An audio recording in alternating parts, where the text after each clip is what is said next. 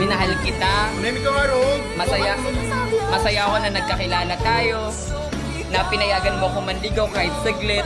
Pero kasi parang nakikita ko na mas okay na magkaibigan na lang tayo para hindi na tayo nagkakakita. Akala ko ba naliligaw ka sa akin? Akala ko ba gusto mo ko? Ba't ngayon magkaibigan na lang?